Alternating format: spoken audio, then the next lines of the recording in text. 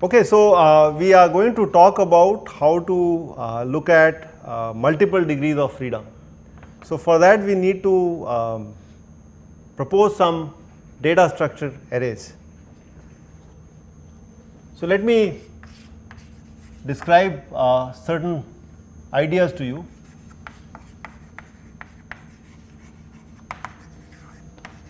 Data processing arrays.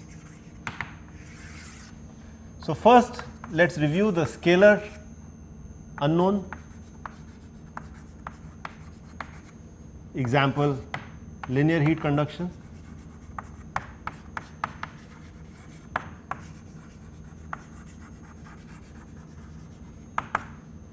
Versus the vector unknown.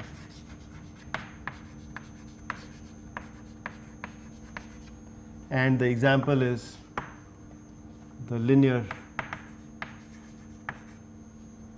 elastostatics.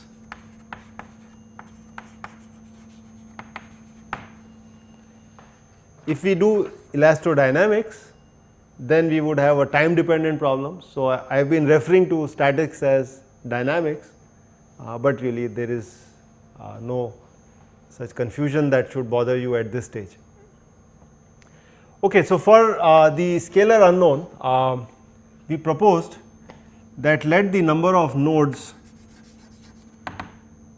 be 1 through n p. That of course stays, number of nodes does not change. Then we had elements.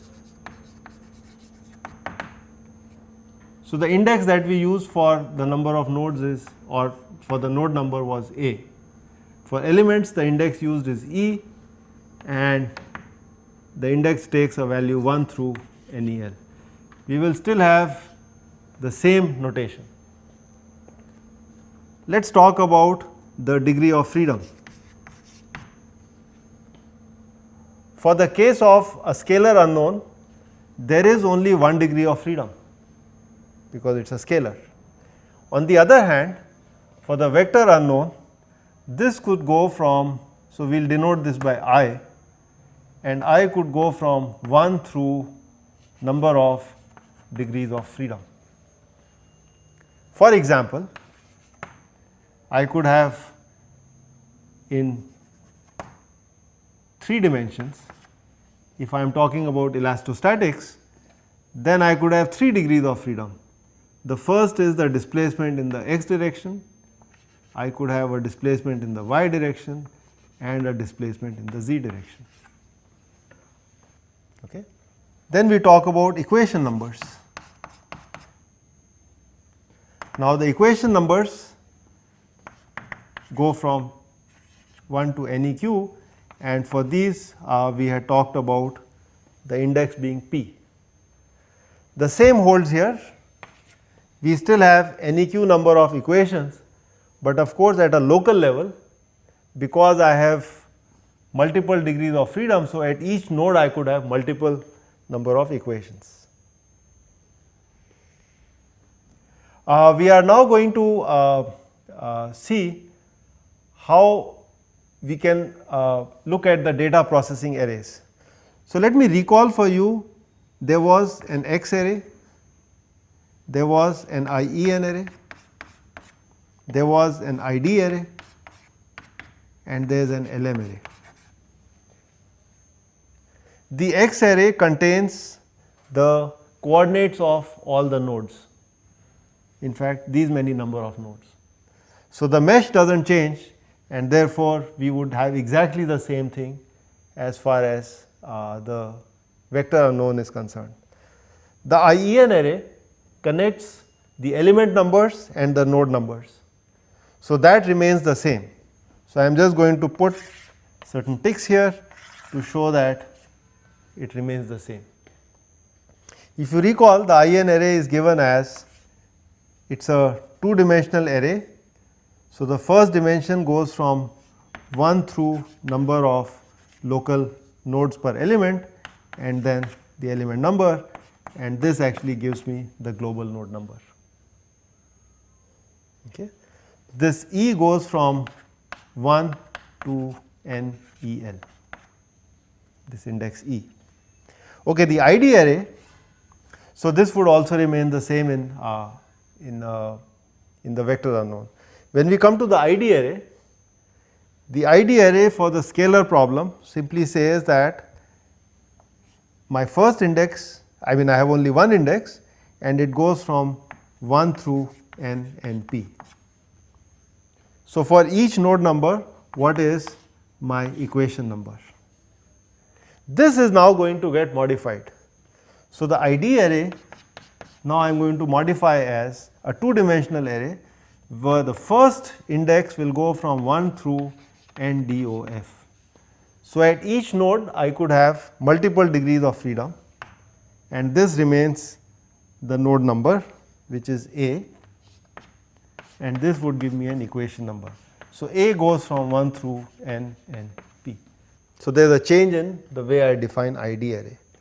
The LM array, if you recall, in the scalar equation system, it was given as I go to each element. So, I go through NEN and then I go and find out what is the equation number. So, in fact, the LM array can be obtained through a combination of IN array and ID array. This is also going to change now, because now I am going to define the LM array with the first index being 1 through number of degrees of freedom. Then I am going to talk about the local node number and then of course the element number, and this would give me the equation number. So, let me illustrate this through a simple example.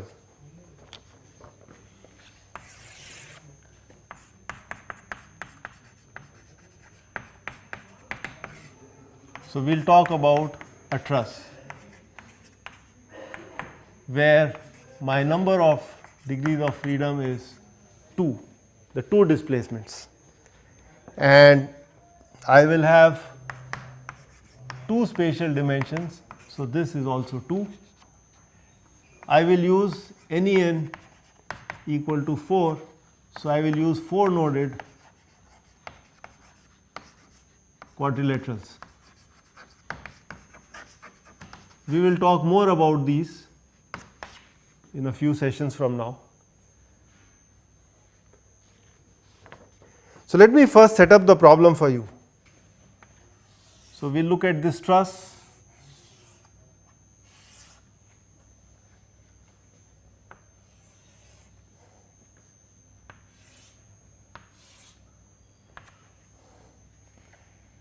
And this point has a pin joint here, but it is fixed over here. This one is on rollers, and we will assume that this part of the truss is also on rollers. What this does is that the 2 displacements at this point are 0, and if I put my axis, let us say this is my x axis, this is my y axis, I will also refer to it as 1 and this as 2. So, the displacement in the x direction is possible, but I cannot have a displacement in the y direction. So, as far as this node is concerned, this node is essentially a Dirichlet boundary condition, a homogeneous Dirichlet boundary condition for the y displacement, but the roller can roll along the x direction. Similarly, this node can roll along the y direction, but it cannot have a displacement along the x direction. So, it would be a Dirichlet boundary condition for the x component of the displacement at this node. Let me number the nodes. So, let me number these as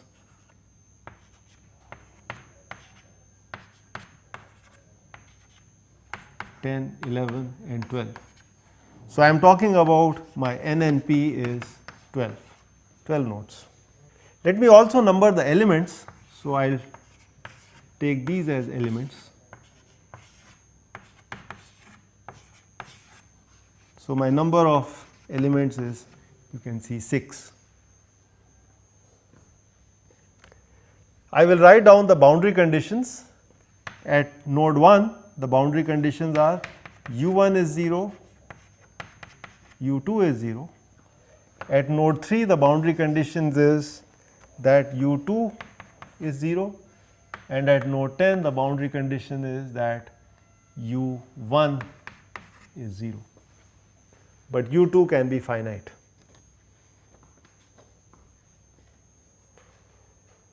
As I said, at each point, for example, at point 8, I could have two displacements in the x direction and in the y direction.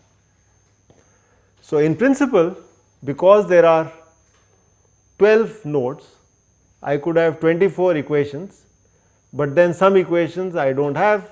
For example, two equations here are not there, the displacements are known, and one each on these.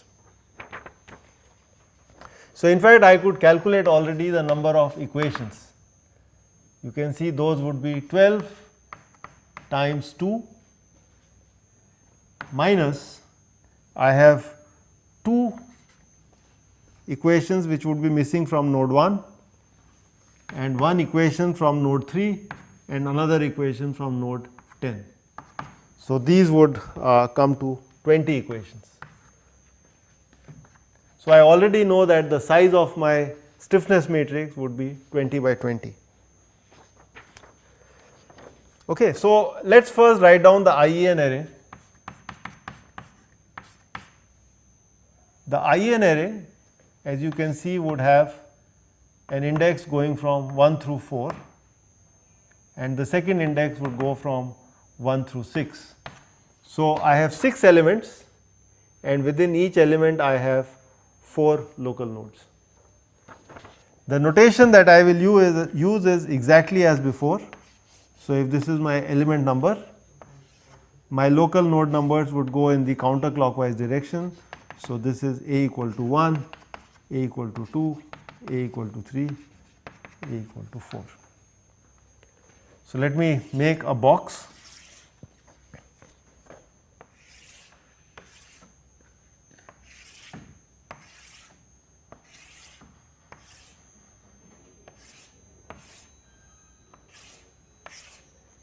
So, this is A, which goes from 1, 2, 3, 4, and this is E, the elements which go from 1, 2, 3, 4, 5, 6. So, let us write down the IEN array for element number 1, and that it is easy to see, it is going to be 1, 2, 5, 4.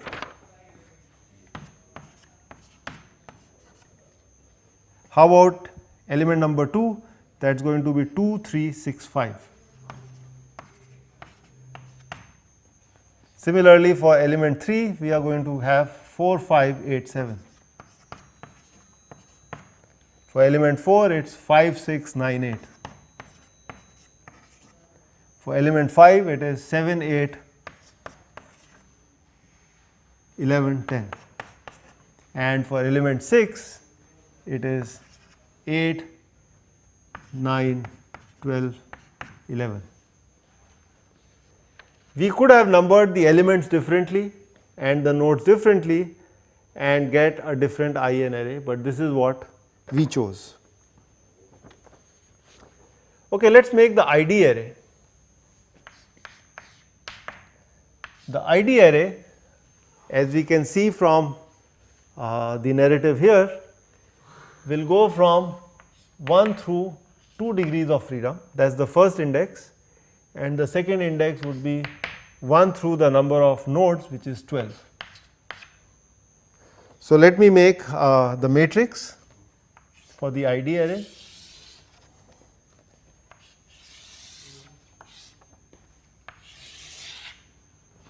So, this index is A, or rather I, the degree of freedom 1, 2, and this index over here is A, the node number, and I can talk about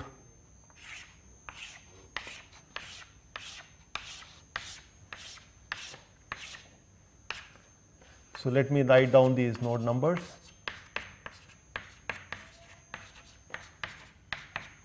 Twelve of them.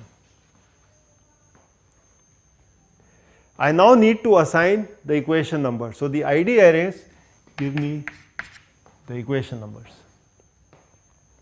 The first step is to identify what are the boundary conditions, the Dirichlet boundary conditions.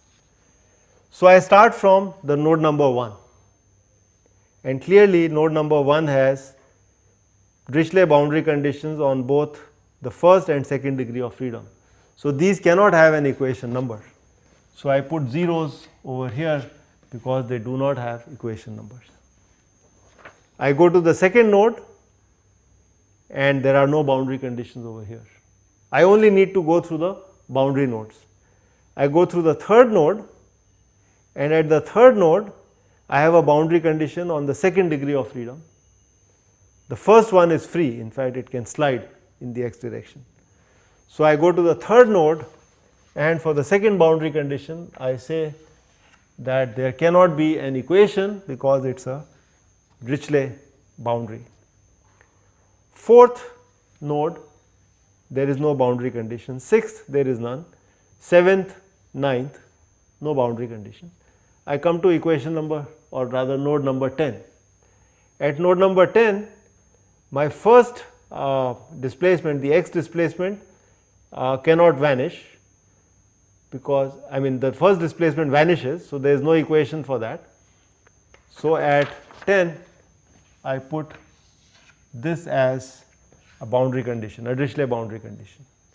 However, please note that I can have a displacement along the y direction, and therefore that is an unknown. At nodes 11 and 12 there are no boundary conditions. So, these are the 4 Dirichlet boundary conditions that I have.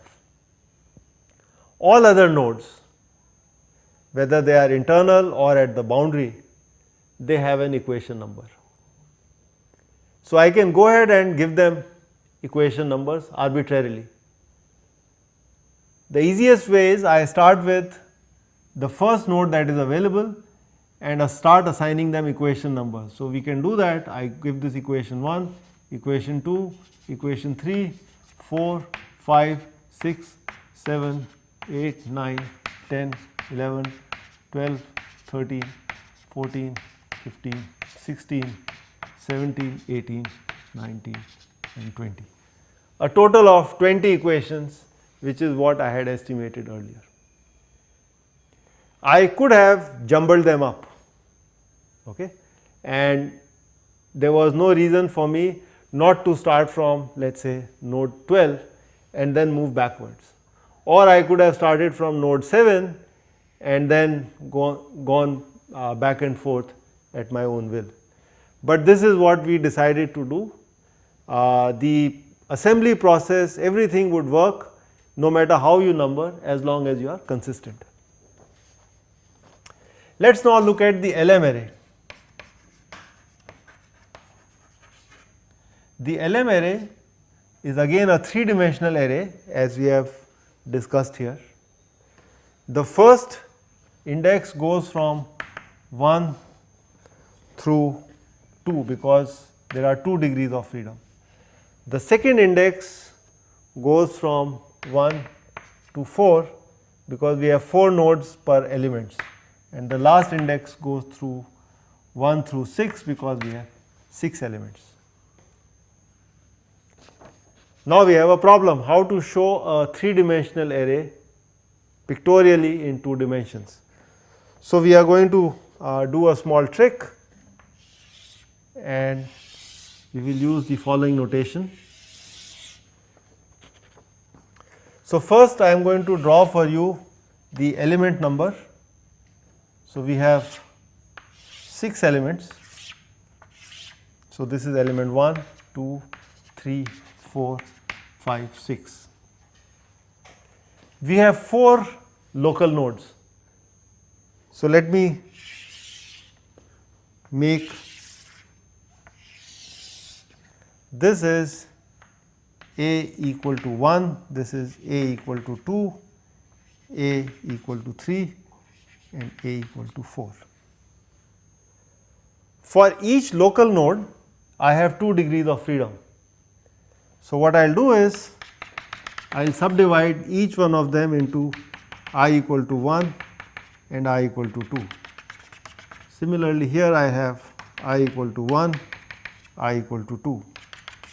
Over here for A equal to 3, I have I equal to 1, I equal to 2. And likewise for the last one as well, I would have I equal to 1, I equal to 2. Okay. So, over here in terms of rows, I have 4 major rows, and within each row I can talk about a degree of freedom. And now I can start doing my LM array. So, let us go to the first element. This is my first element, and I want to assign here the equation numbers. So, this is my first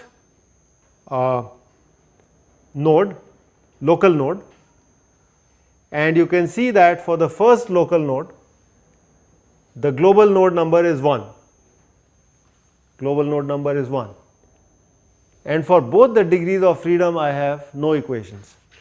So, I am going to go ahead and put a 0 here. Now, I come to local node 2. So, I am first element local node 2, and I know from the IEN array that local node 2 also has the global node number as 2. In fact, that is already written over here. From the ID array, the node 2 has equation numbers 1 and 2. So, those are the equation numbers I would get here. Now, I come to local node 3 for the first element. The local node 3, as you can see from this picture as well as from the IEN array, I have the global node number as 5. The global node number 5 corresponds to equation 6 and 7. So, this is where my entries would go for the K matrix. And finally, for the fourth local node for element 1, the global node number is also 4, and that you can see from the IN array. From this ID array for the fourth node number, my equation numbers are 4 and 5. So, those are the numbers that would go here. Let us now do it for element number 2. So, first I go to local node 1 where the global node number is 2. Global node number 2 gives me 1 and 2. The local node number 2 is global node number 3, and for 3 I get 3 0. The next one is local node 3 for which the global node number is 6, and I would get 8 and 9, followed by local node number 4 which is global node number 5, and that is 6 7. Let us go to element number 3. So, first is global node 4, so that is 4 5, then it is for global node 5 which is 6 7, then we have 8 which is 12 13, and then we have 7 which is 10 11. Let us do element number 4. So, we first have node 5 which is 6 7, then we have 6 which is 8 9, then we have 9 which is 14 15, and then we have 8, for 8 we have 12 13. Now, we come to element number 5 where first we have 7 which is 10 11, then we have 8 which is 12 13, and for 11 we have 17 18, and for 10 we have 0 16. Let us do it now for the last element which is number 6. So, first I start with 8, global node 8 which is 12 13, then for 9 we have 14, 15, and then we have 12, which is 19, 20, and finally for global node number 11 we have 17, 18. This is now the LM array that we can use for assembly. So, just to show you what would happen in the K matrix for a certain element, this would have a size K I j, or maybe I should use the same notation K A B, where A and B are the local node numbers in an element, and the size now would be NEN cross number of degrees of freedom, this times NEN cross NDOF. So, this is 8 and this is also 8. And I would have the same partitioning for the K matrix, wherein I would have a local node number, and for each local node number I have 2 degrees of freedom. Okay. So, in the linear heat conduction we saw in 2 dimensions we had a 4 by 4 K matrix, but for this elastostatics we would have a 8 by 8 matrix, and likewise the same thing for the element level force vector. Finally, when we like to take this small K matrix and put it into the global K matrix, notice the global K matrix has these entries KPQ, and the size is NEQ by NEQ, and we already know this is 20. So, in a matrix of 20 by 20 for this particular problem, I will have element level matrices which are 8 by 8, and those 8 by 8 stencils will go into this 20 by 20 matrix.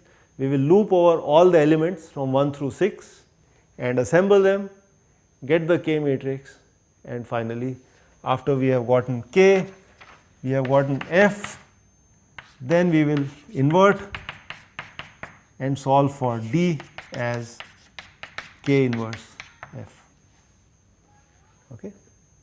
So, I hope you get a sense of how to attempt a problem which has a vector unknown.